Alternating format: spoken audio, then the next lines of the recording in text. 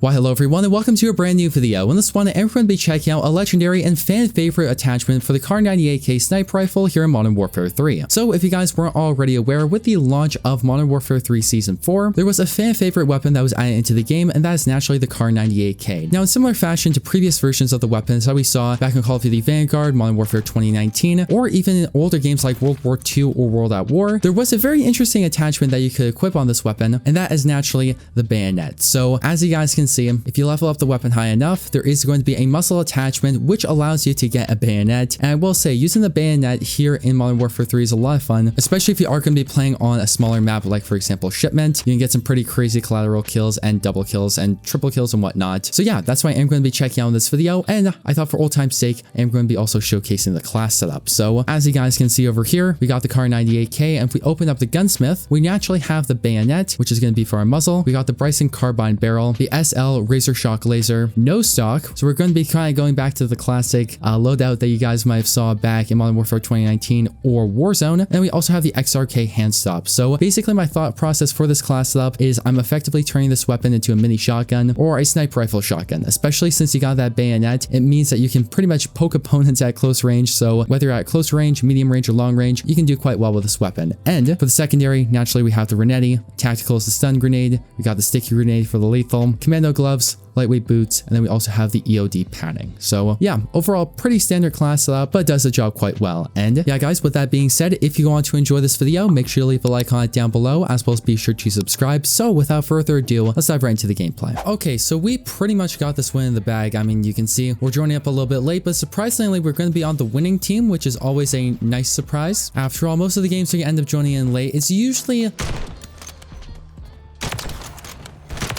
not going too well, but it looks like this one's going to be a bit of a change of pace. So there we go. And as you guys can see, kind of to start off this game, I'm just going to be using the KAR98K to begin with, but oh, he started to run. Sorry, I couldn't stab him. I am going to be, of course, using the bayonet because that's the reason why you clicked on this video after all. That's to check out the bayonet attachment. And also, I want to take a little bit of time and talk about the KAR98K because the KAR98K in this game is really good. Oh, there we go. We got him.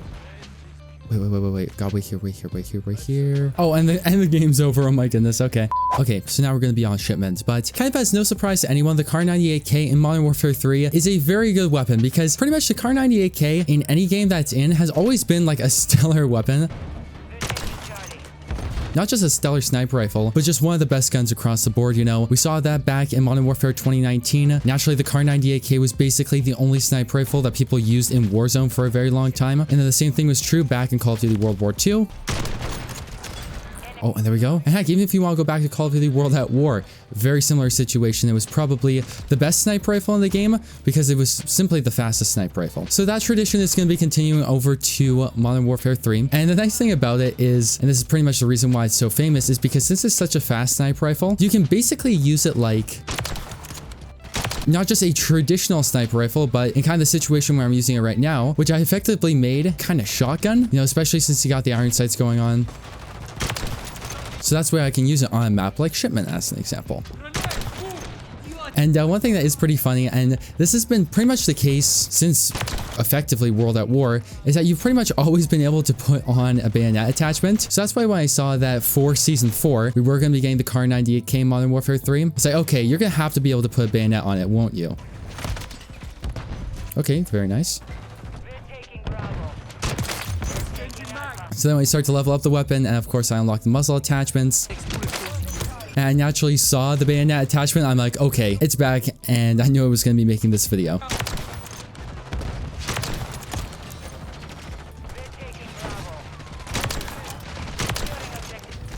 Oh, got him. Oh my gosh, I was so lucky. That was so close. All right, overall, I'm not doing too bad. Let's call in the UAV so we kind of know where they're going to be. Oh, there's one. Got one.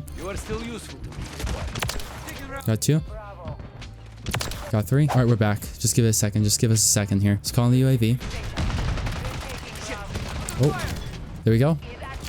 Got him. Okay, one thing that is a little bit weird though is like, unlike Call of Duty World War II or Vanguard, when you actually stab someone, oh, we just got two. Okay, nice. It doesn't do like the stabbing kind of effect, if that makes any sense. It basically just gives you like the nose breaker benefit. So it's a little odd, but like it's not really that big of a deal. I'm just kind of pointing it out. Oh, there we go. Oh, another one? Alright, we're doing pretty well now. Nice. Okay. Got him. Got one. Nice, nice, nice. I've been pinned down in this corner for so long now. Like, I am lucky to be alive.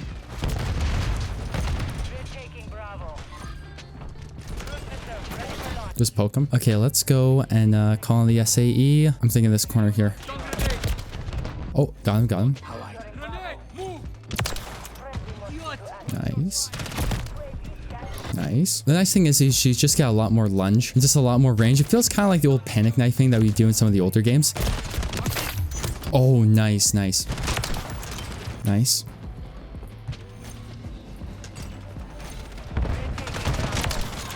You are still useful.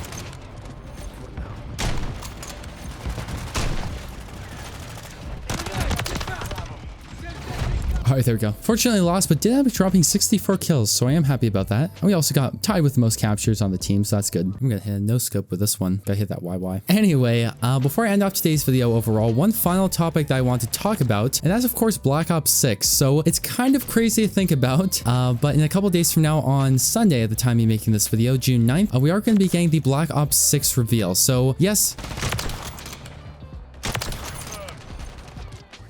even though it doesn't feel like it was that long ago. Oh, wow. We're actually kind of going off here a little bit. Okay.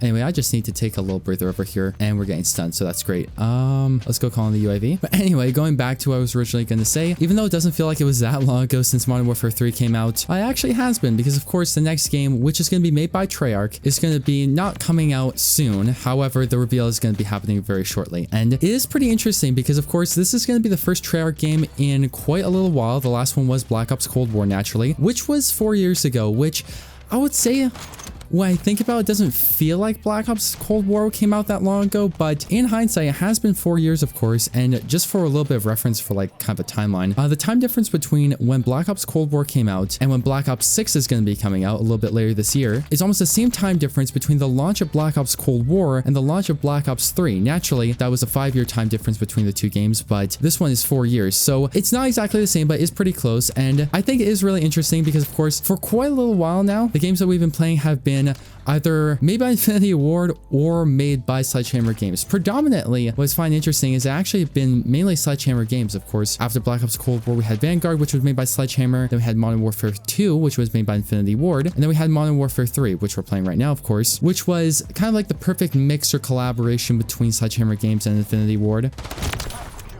So it's been a while since we had a proper Treyarch game, which is kind of crazy to think about, but I think it's going to be certainly good because, of course, there's always been a difference between the Black Ops games and like the Modern Warfare / Sledgehammer games kind of style. And I would say personally, this has just always been my preference, is I've always preferred the Black Ops games. I mean, the first game that I played multiplayer on was Black Ops 1. I played a lot of Black Ops 2 when it was in its prime. Black Ops 3 was the first game I got on release day. And I was a really big fan of Black Ops 4 and Cold War. So it'll be really interesting to see what Sledgehammer Games has for Black Ops 6, especially since the last two games that they worked on were a little bit rushed. I mean, after all, Black Ops 4 had, I think it was 2 or 2.5 years of development. Black Ops Cold War really wasn't supposed to happen. It was originally going to be a game by Sledgehammer Games, and then Treyarch had to take it over and then kind of turn it into a Black Ops game. So realistically, kind of going back to that Black Ops 3 comparison, Black Ops 3, and what was I on there for a second? Black Ops 3 was the last game where Treyarch designed it entirely, and they had a full 3 years to develop it.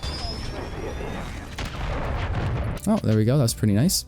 Let's go call in the UAV. And Black Ops 6 is going to be the first game since then, which has the same kind of development time. So it means that it's not going to be rushed, or at the very least, it shouldn't be rushed. Everything should be complete on day one. And one thing that is pretty good is that we'll likely see a lot of new content. Now, this is me kind of going out on a limb here. To call a spade, for the last couple of Treyarch games, a lot of the content that was in them, whether that be for DLC with Black Ops 4 or launch content with Black Ops Cold War, a lot of that content, whether that be weapons or maps or kill streaks or whatnot, came from older Black Ops games, which isn't too bad because, of course, like, those are some of the best maps, guns, or whatever that we saw in pretty much any Call of Duty game. However, the fact that we saw them recycled quite a bit made them feel a little bit overdone. However, there's a natural reason for that. After all, if the developers, and in this case Treyarch, are rushed or short on development time, it naturally means that they have to cut corners somewhere. So that means instead of having as many new, let's say new maps or new weapons or new experiences and whatnot, they can kind of rely on some of their legacy content and just remaster that, which again, I'm not complaining. I understand why they did it, but it is nice that if the new game Treyarch isn't rushed when it comes to the development, they wouldn't be rushed, so they'd be able to make a lot of new stuff, which is certainly something I'm looking forward to.